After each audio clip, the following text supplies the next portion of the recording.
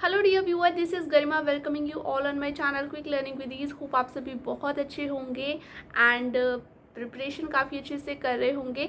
जैसा कि हम लोग वीडियो में बात कर रहे थे कि जो भी students next year NVS KVS DSSB या EMRS पे टीजीटी या पीजीटी के लिए प्रिपरेशन कर रहे हैं, जिन्होंने बीएड किया है और पीजीटी या टीजीटी के लिए प्रिपेयर कर रहे हैं या अभी न्यू हैं जो कि फ़र्स्ट टाइम अप्लाई करेंगे, जिनकी अभी रिसेंटली कंप्लीट हुई है, तो वो अपनी तैयारी को कैसे शुरू करें, कहाँ से शुरू करें, क्योंकि होप्स हो कि इस ईयर तक कोई ना कोई केवीएस का, एनवीएस का या फिर EMRS का, इनमें से कोई ना कोई नोटिफिकेशन ज़रूर आने वाला है।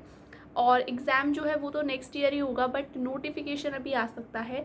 सो प्रिपरेशन हमको अभी से शुरू कर देनी चाहिए। ठीक है, तो इससे पहले वाली वीडियो में मैंने आपको बताया था कि लाइक आपको शुरू कैसे करना है, बट आज मैं आपको थोड़ा क्लियरली डिस्क्राइब कर दूंगी कि क्या चीज़ें आप सबसे पहले करो। तो स्पेशली यहाँ पे मैं पीजीटी की ही बात कर रही हूँ कि आप शुरू कैसे करो।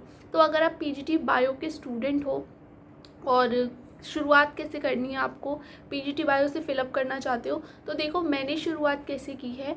मैंने शुरुआत ऐसे की है कि मैंने सबसे पहले जो भी प्रीवियस ईयर है, ठीक है, मैंने केबीएस का 2018 का, 2023 का, इसके बाद एनवीएस का 2018 के पेपर थे, और ईएमआरएस का जो भी रिसेंटली हुआ था 2023 में, ये 4-5 पेपर को मैंने निकलवाया है। मतलब मैंने पीडीएफ फॉर्म में निकलवा रखा है इन्हें।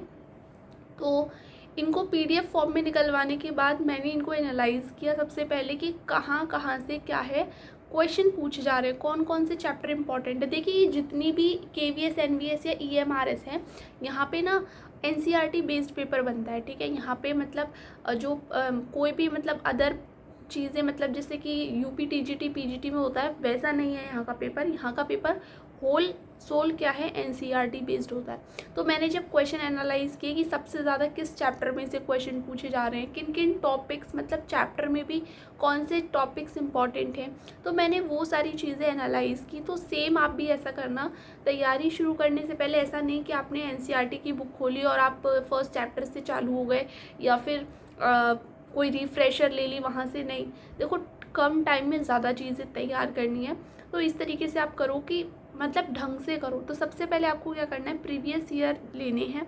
ठीक है, बुक भी आती है इनकी, एनवीएस केवीएस की, प्रीवियस ईयर पीजीटी की आप ले सकते हो। ठीक है, तो प्रीवियस ईयर को आप एनालाइज करो, देखो उसमें कौन कौन से चैप्टर में से क्या क्या, किस किस टॉपिक से क्वेश्चन पूछे जा रहे हैं।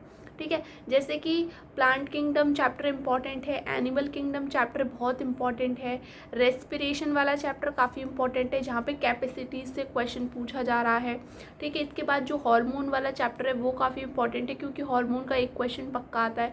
तो इस तरीके से आप एनालाइज करो, टॉपिक्स अपनी एक कॉपी में भी लिख सकते हो, वरना नेक्स्ट वीडियो में मैं आपको जो टॉपिक्स हैं इंपॉर्टेंट वो भी बताऊँगी कि क्या क्या चीज़ें इंपॉर्टेंट है।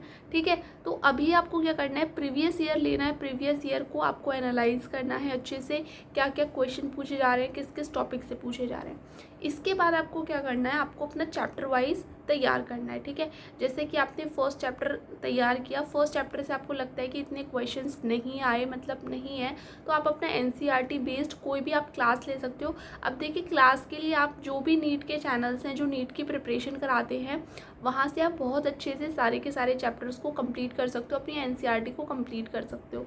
तो आप कोई भी चैनल ले सकते हो, फिज़िक्स वाला ले सकते हो, या फिर आप E2 इंडिया ले सकते हो। ठीक है, जिस चैनल से भी आप कंफर्टेबल हो वहाँ से आप देख सकते हो। ठीक है, जिस भी टीचर का आपको समझ आता है। ठीक है, और मैं आपको 2-3 चैनल बता देती हूँ। जैसे मैंने आपको बताया, E2 इंडिया है, और एक है फिज़िक्स वाला, और एक है रितु रटेवाल मैम, वो काफ़ी अच्छा ठीक ठाक पढ़ाते हैं, और एक सी पहूजा मैम भी हैं, तो आप वहाँ से भी कर सकते हो। ठीक है, तो इस तरीके से आप अपने चैप्टर वाइज करते चलिए। ठीक है, और क्या है, साथ के साथ आप क्वेश्चन भी प्रैक्टिस करो। ठीक है, क्वेश्चन प्रैक्टिस बहुत ज़्यादा इंपॉर्टेंट है। अगर अभी आपके पास कोई बुक नहीं है, कुछ भी नहीं है, और आप प्रैक्टिस करना चाहते हो क्वेश्चन, तो आप क्या कर सकते हो, आप ऐसा कीजिए कि आप गूगल पे जाके studyadda.com डालिएगा, और जो भी बायो का चैप्टर है उसका नाम डालिएगा, और उसके आगे MCQ लिख दीजिएगा। जैसे कि chapter 1 bio class 11th MCQ studyadda.com। ठीक है, तो आपको ये वेबसाइट डालनी है। इस पर क्या है, सारे के सारे जितने भी चैप्टर्स हैं उसके आपको अच्छे खासे एमसीक्यूज़ मिल जाएंगे, तो वहाँ से आप एमसीक्यू की प्रैक्टिस कर सकते हो, ठीक है। और फर्दर क्या कर सकते हो कि आप कोई भी जैसे नीट की कोई भी पीवाईक्यू की बुक हो, आप उसे ख़रीद सकते हो, ठीक है। और वहाँ से आप क्वेश्चन चैप्टर वाइज प्रैक्टिस कर सकते हो। तो ये चीज़ें आप करना स्टार्ट कीजिए। अभी स्टार्टिंग में क्या होगा, जब आप एक बार पेपर एनालाइज कर लोगे तो आपको पता चल जाएगा हाँ इस चैप्टर में ये चीज़ें इंपॉर्टेंट है। तो आप जो चीज़ें इंपॉर्टेंट है उस चैप्टर में से उस चीज़ को अच्छे से ज़रूर पढ़िएगा जो आप पीवाईक्यू में एनालाइज कर रहे हो, ठीक है। इस तरीके से आप अपने चैप्टर वाइज चीज़ों को करते हुए चलिएगा। ऐसा नहीं है कि सारे के सारे टॉपिक आप बहुत डीपली कर रहे हो, बहुत ज़्यादा कर रहे हो, नहीं। जो चीज़ आपको लगता है यहाँ से क्वेश्चन पूछा गया है, ठीक है, पीवाईक्यू पे क्वेश्चन आया है, उससे पहले आप एनसीईआरटी में देखो। इसके बाद आप एक रिफ्रेशर ले सकते हो, ठीक है। रिफ्रेशर आप कोई भी ले सकते हो, प्रदीप की ले सकते हो, आर.के. पिल्लाई की ले सकते हो। तो रिफ्रेशर अगर आप पे है तो बहुत अच्छी बात है, अगर नहीं है तो भी आप क्या है कि आपको गूगल पे जाना है। गूगल पे जाके आपको क्या करना है, Pradeep class 11th bio PDF आपको डालना है, ठीक है। तो माई टाउन करके आपका एक वेबसाइट है, वहाँ पे आपको क्या है चैप्टर प्रदीप की जो रिफ्रेशर है उसकी पूरी पीडीएफ मिल जाएगी चैप्टर वाइज क्लास 11th के लिए, ठीक है।